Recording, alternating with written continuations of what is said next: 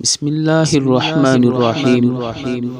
جتنا قرآن یاد اتنی بلند کامیابی۔ حضرت عبداللہ بن عمر رضی اللہ تعالی عنہما سے روایت کرتے ہیں کہ نبی اکرم صلی اللہ علیہ وسلم نے فرمایا کہ قیامت کے دن صاحب قرآن سے کہا جائے گا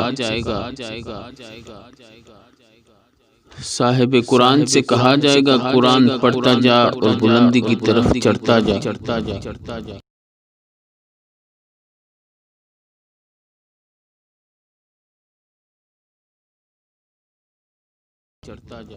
اور ویسے ہی ٹھہر کر پڑھ جس طرح تو دنیا میں ٹھہر کر ترتیل کے ساتھ پڑھتا تھا، پس تیری منزل وہ ہوگی جہاں تیری آخری آیت کی تلاوت ختم ہوگی۔